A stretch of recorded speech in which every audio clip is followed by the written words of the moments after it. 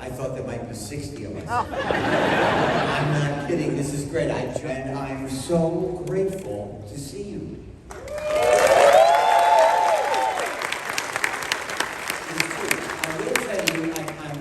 I'm feeling it now. I was on the set of Barry. Barry is my show. Repeat after me, April 16th. April 16th. April 16th. At 10 o'clock, it's the premiere of the last season of Barry. Yeah. And it is a shocker. You're gonna say to me the next time we meet, that was a comedy? But I was on the set of Barry, and I said to the costumer, the person who watches me very carefully, and I said, the belt is not working. I need a different kind of belt. I pull it so tight, and my pants slip. And she looked at me and she said, that's because you have no hips. So let me just say, my pants are slipping. Okay, but I'm going to ignore it and just carry on, because to pull my pants up now would be like, you would have to report me. So I was born and raised in New York City.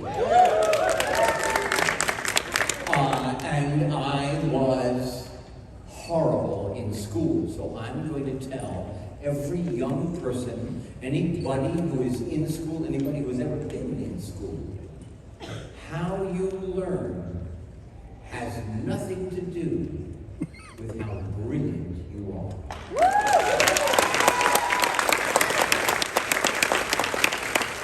I took geometry for 4 years, same course. I took it in regular school, I took it in summer school, regular school, summer school, regular school, summer school, regular school, I finally passed with a D- in my senior year of summer school. If I didn't pass, I wouldn't be able to get into one of 28 colleges I applied to, the only one that said yes. Can I just say, that was in the summer, in August of 1963. Since that day, not one human being has ever said hypotenuse to me. What were they thinking?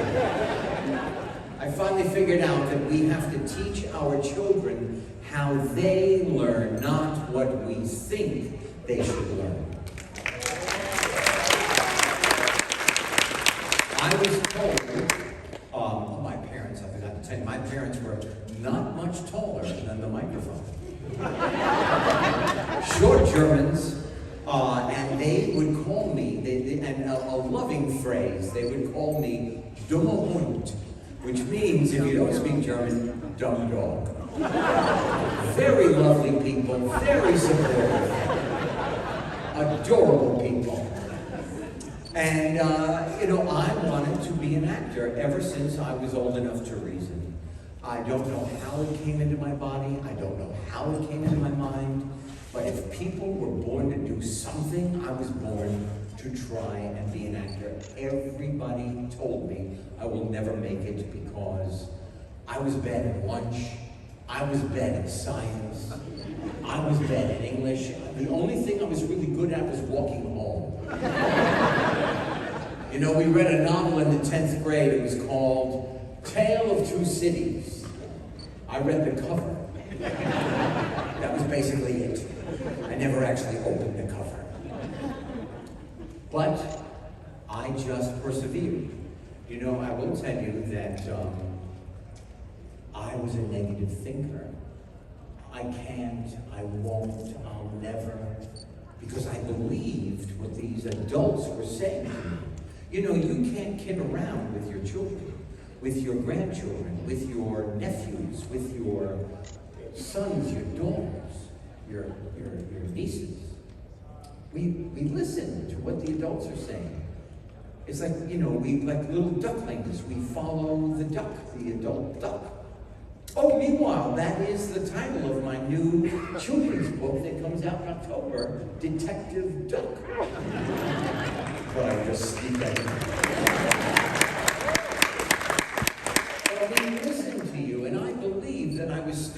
like until last Tuesday. Here it is. I was a negative thinker. I looked for the answer. I found it in some unbelievably obscure philosopher. He didn't want me to finish the book because if you don't understand me, don't read my book. So I didn't, because I didn't know what the hell he was talking about. But I found his disciple, and this is what I learned. You have a negative thought. You say, I have no time for you now. You have to say it out loud. You have to stop the negative thought. Because if you finish it, it grows into a thesis of negativity. Here's what I learned. Don't put a period on the end of a negative thought. My positive is a bun cake, very moist, with chocolate chips, no icing. I see the bun cake. I stop thinking negatively. I keep moving to my dream. And then I get to stand here and talk to you.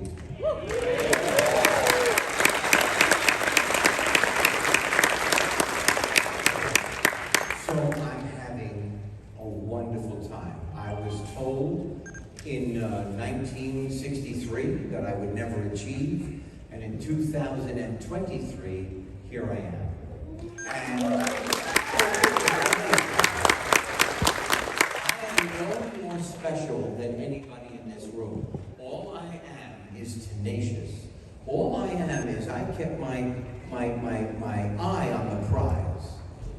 I live by two words, gratitude and tenacity. Tenacity gets you where you want to go. For anybody in this room that is doesn't have that word yet in their vocabulary test, tenacity means you stick to it. And gratitude makes it possible to enjoy however windy the road is that gets you where you want to go. Tenacity and gratitude. And I am filled with gratitude as I'm looking out at everybody here. And you are just, it's so lovely to see and feel your warmth. You know, I have to say, it is really important at this moment in time in America that we feel each other's warmth. I'm always so crazy. There is a major hurricane. You're on your roof. You're waiting for somebody to save you. A boat is coming. Do you say, what political party are you in? What color is your skin? No, I'm sorry. I'll just stay right up here on the roof with no water. I'll bake in the sun. Also, I have no pride. So, you know, April 16th. Now, October 31st, the day after my birthday, I've written a memoir.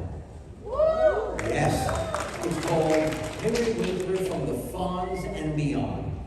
I love Twitter, the cover of which is on Twitter, and I want to say you do not have to get me a birthday present. Just buy the book. Also, you know that I have a booth downstairs. I have my children's books. Now, here's a great thing. I didn't know I'm dyslexic. I thought I was stupid. I didn't know I could write a book or be part of a team that writes a book. Lynn, Oliver, and I have just, Detective Duck will be our 38th novel. Yeah, don't worry. I don't have all 38, but we've written funny books about children from the first grade all the way to 7th grade. And then I have my book of photography. I have photographs, and of course, me.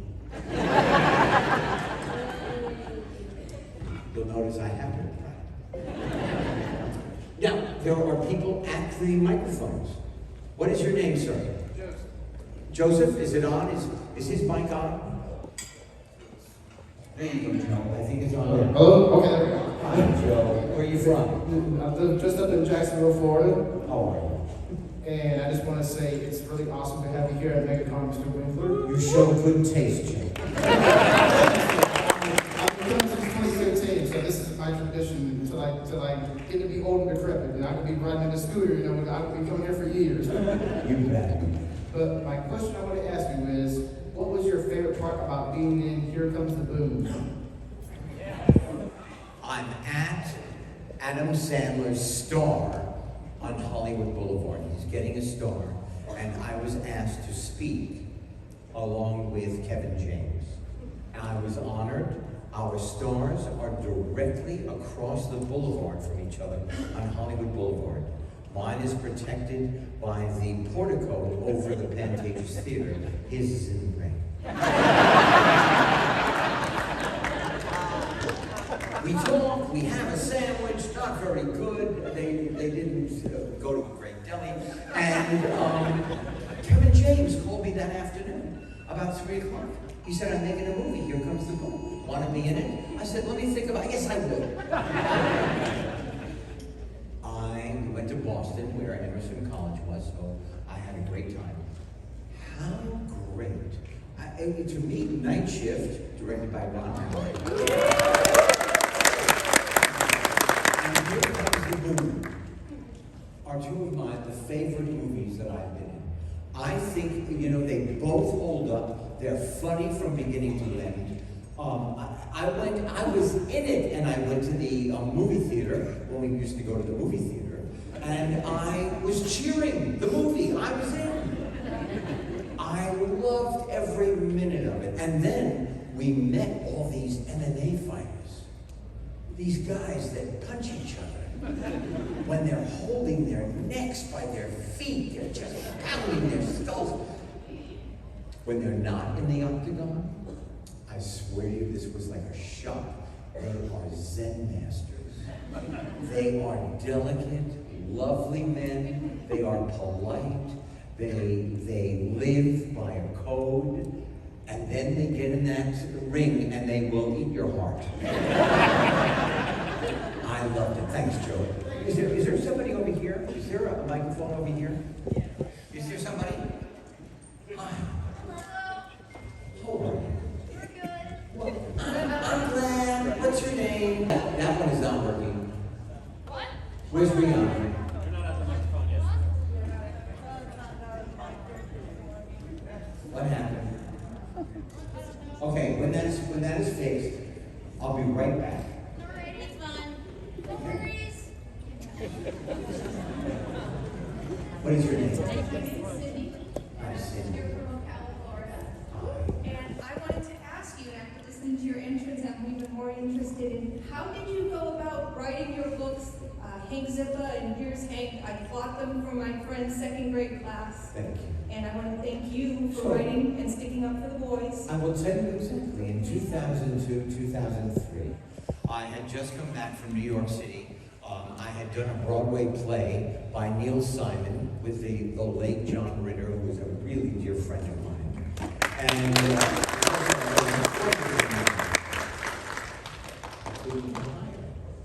there, who knew that there would be a lull in my career?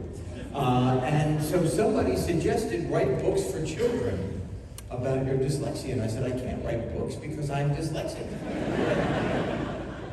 He said, I'll introduce you to Lynn. And we started, and ba-boom, there are 39 novels. I am very proud. Outside of my own children and grandchildren, it is, I think, my most proud moment on the earth, that my name is on a book. Well, I have gifted them to my friend's second grade class, and they're a big hit. And there's something about the typeface in them. Yes, the Here's Hank is there are 12, and it's from the first to the third grade.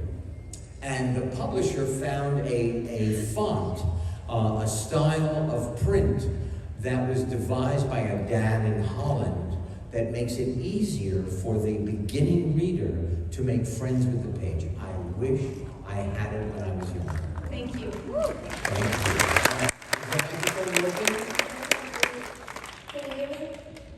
Hello? Hello, What is your name? my name is Debbie. Hi, Debbie. Hi. I just want to let you know that I have been a fan of yours since I used to dress up in 1950s to watch Happy Days when it was out for the first time. Thank you. And then I followed you through everything, Barry, Parks and Rec, and Better Late Than Never. I just want to tell you that I think you are the biggest mensch around. And just because Mensch is Yiddish for wonderful person. it's true, though. It's true, and I read about your getting the honor from England. From for the your- Queen. From the Queen, Yeah. which is huge, and it's seriously just such a thrill for me to be Thank you here so with you much. today, and I want to thank you for coming here. Thank you. True. Thanks. Thank you for so long. What is your name, sir? Ricky. What is it? Ricky. Hi. Mr. Winkler, I was just wondering if Henry. There's a really powerful scene in Happy Days when Richie is saying goodbye to everybody. And I've watched that scene more times than I can count. I love that scene. It's so emotional and powerful. I wonder if you could talk about that scene, what it meant to you. The emotion When she said goodbye, Yeah. that was, he had left the show because he wanted to be a director. I wonder how that worked out. And he came back for some episodes, and he was now saying goodbye forever because he was going to go off to be a writer. And when I am crying at the door, that's Henry crying, saying goodbye to my wonderful friend, Ron, who was an extraordinary acting partner. We could take a scene, 3 pages, at 12 o'clock at night. We could read it, memorize it, improvise it, and shoot it 3 times in 20 minutes. Because we were so connected. It was like, it's uncanny. I mean, you can't learn that. It just is. Yeah, thank you. Thank you very much.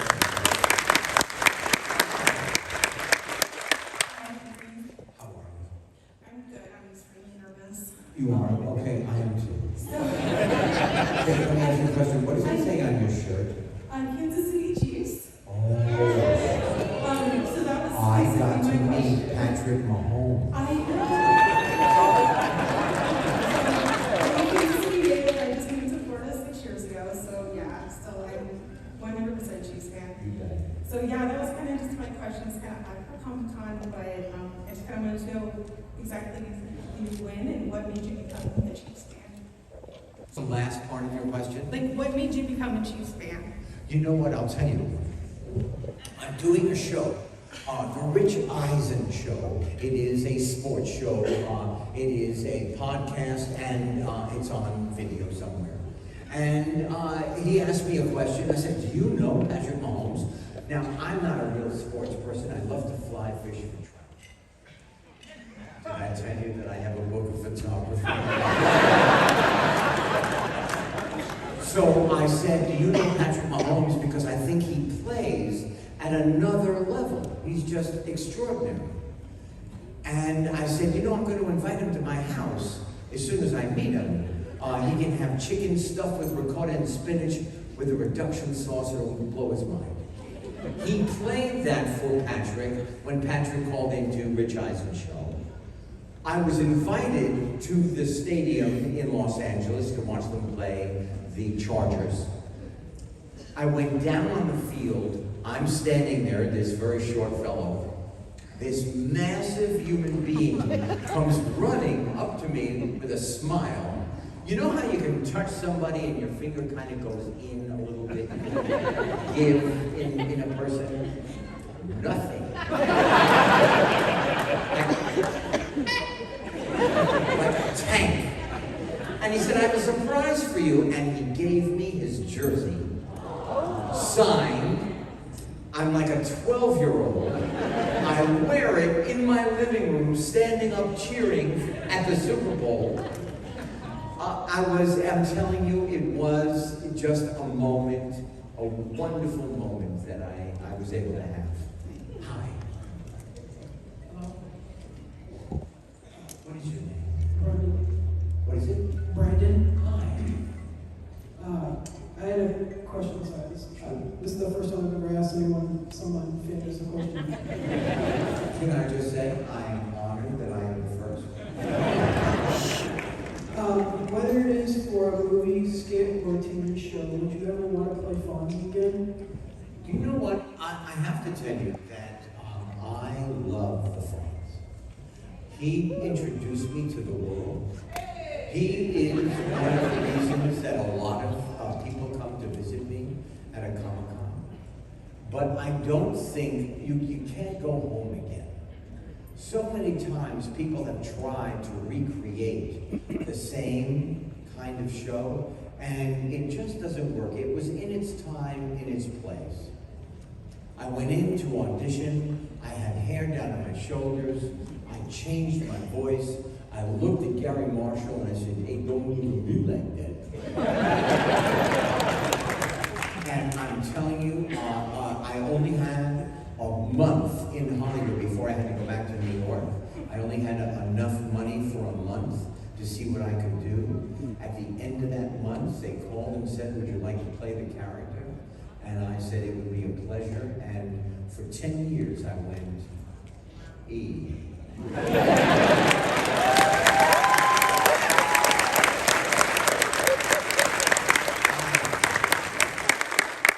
What is your name? My name is Jacqueline. Hi, Jacqueline. So my question is, do you still have your leather jacket? Okay, so the first leather jacket was stolen from the Department of Costumes at Paramount Studios. I don't even know what happened to it, and that was 50 years ago. Then they made me 6, and they put them in a vault. And one I water skied in, and they ripped out the lining, so it would be lighter. Then Gary Marshall got one, I got 3, and I don't know where the other one is. One of them is in the Smithsonian. Duma Hund has his jacket in the museum.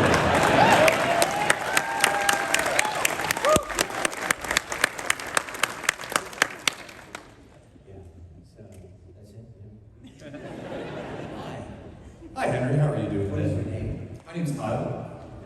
How are you? I'm well. Thanks for coming to Orlando to see us all. Very nice to meet You you. know what? I didn't know what else to do.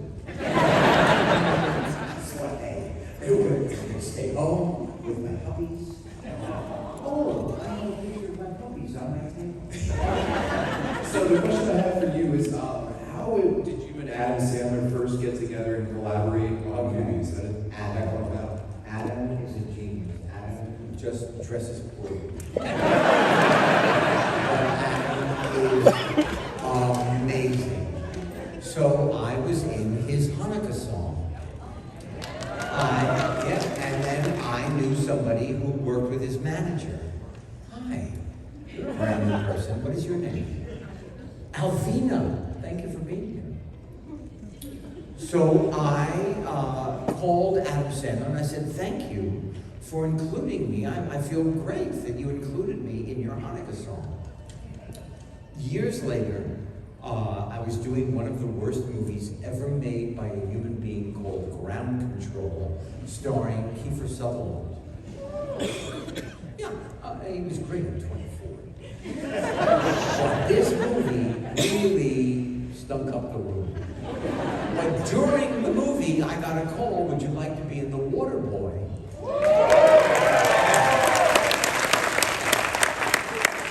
On the table. And I have been friends with him ever since. We've done 5 movies together. Click. He's in charge of every detail. He's just great. Well, thank you, Coach Kyle. Thank you. Is there any football team that you've got in mind? Hello, Henry. What is your name? My name is Rachel. Hi.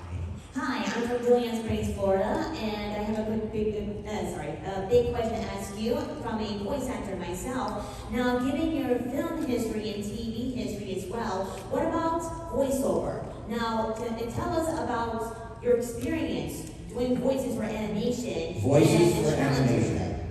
First of all, it is a very small group. The people who do animation, I swear to you, all drive Jaguars. They are almost every voice you've ever heard on TV, and it was really hard to break in. But I was able to do the bird on Clifford the Puppy Years. I was able to do King Julian's dastardly uncle in King Julian. I was able, right now, I'm on the Disney Channel called Monsters at Work, which picks up after Monsters, Inc. And I play Fritz, a big blue, with a big nose, with a big fur.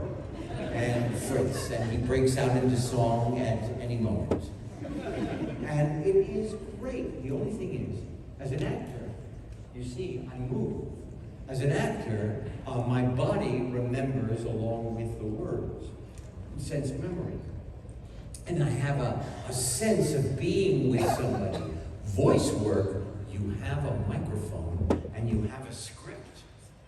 And you have to put everything that you're feeling, thinking, moved by into your voice, into the microphone. You can't use your body because you make noise.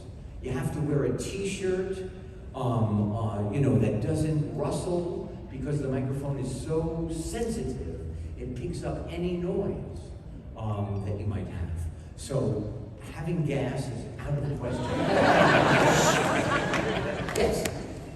Oh, Henry, it's an absolute honor to be meeting you in person for the first time. That's what I know you. What was your favorite project with yourself and Adam Sandler? Okay. I do not have a favorite project. I am so, to this moment, grateful that at 77, I'm still here. I'm still relevant. I'm still here.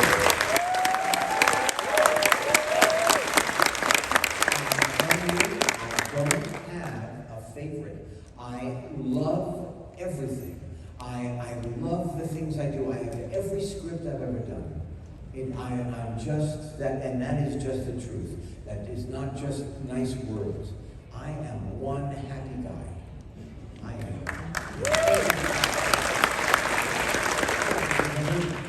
My name's Tony. How are you? Oh, really good now. Enjoying your conversation. Thank you. On the show Happy Days, I remember Robin Williams was a guest twice. Yes. And I read that on both, he mostly ad-libbed and improvised. Is that true? Robin Williams.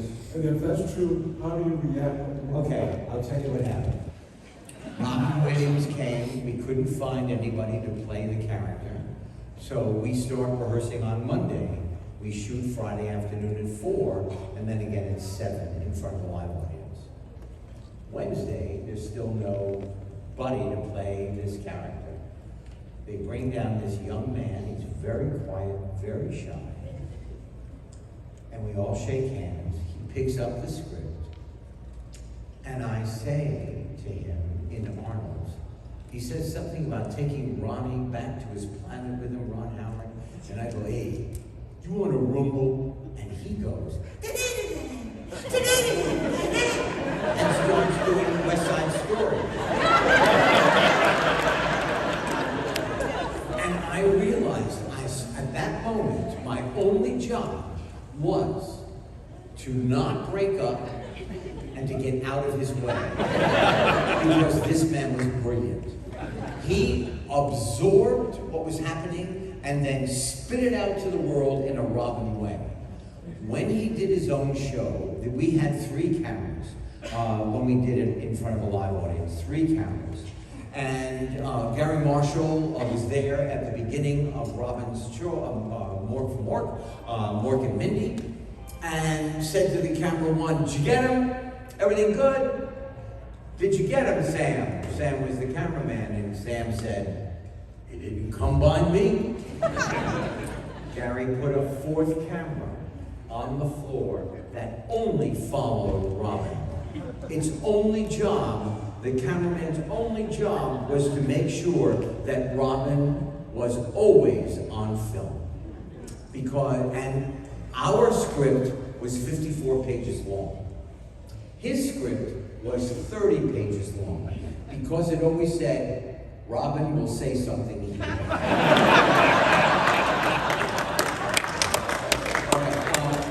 I don't know how long we have. I don't know how much longer I have. 5 more minutes. I have what? 5 more minutes. I have 2 minutes? 5. 5 minutes. Okay, we better do this quick. What side? What side? Is there somebody over here? Hi.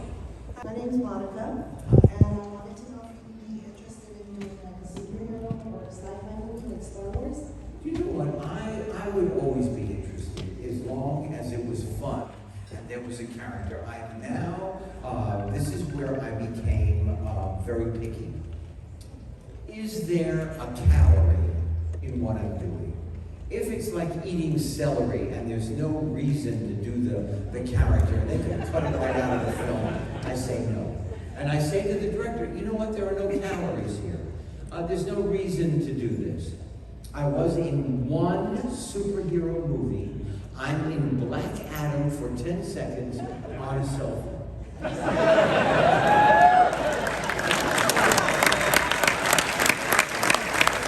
Sir. Hey Henry, how's it going? It's going so good.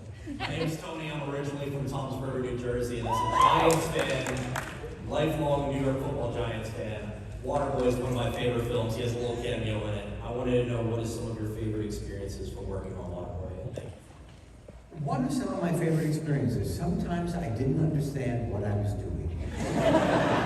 I was standing there with a wig on, and I'm standing in high heels on a phone, the wires connected to nothing. And I'm stomping my foot. Why? Doesn't matter. This is Adam Sandler. He has ADD. He's constantly moving. So he has an easel with a canvas on it. Everybody that is standing around gets a spray can of a color. And you get to spray in when your turn comes up wherever you want on the canvas.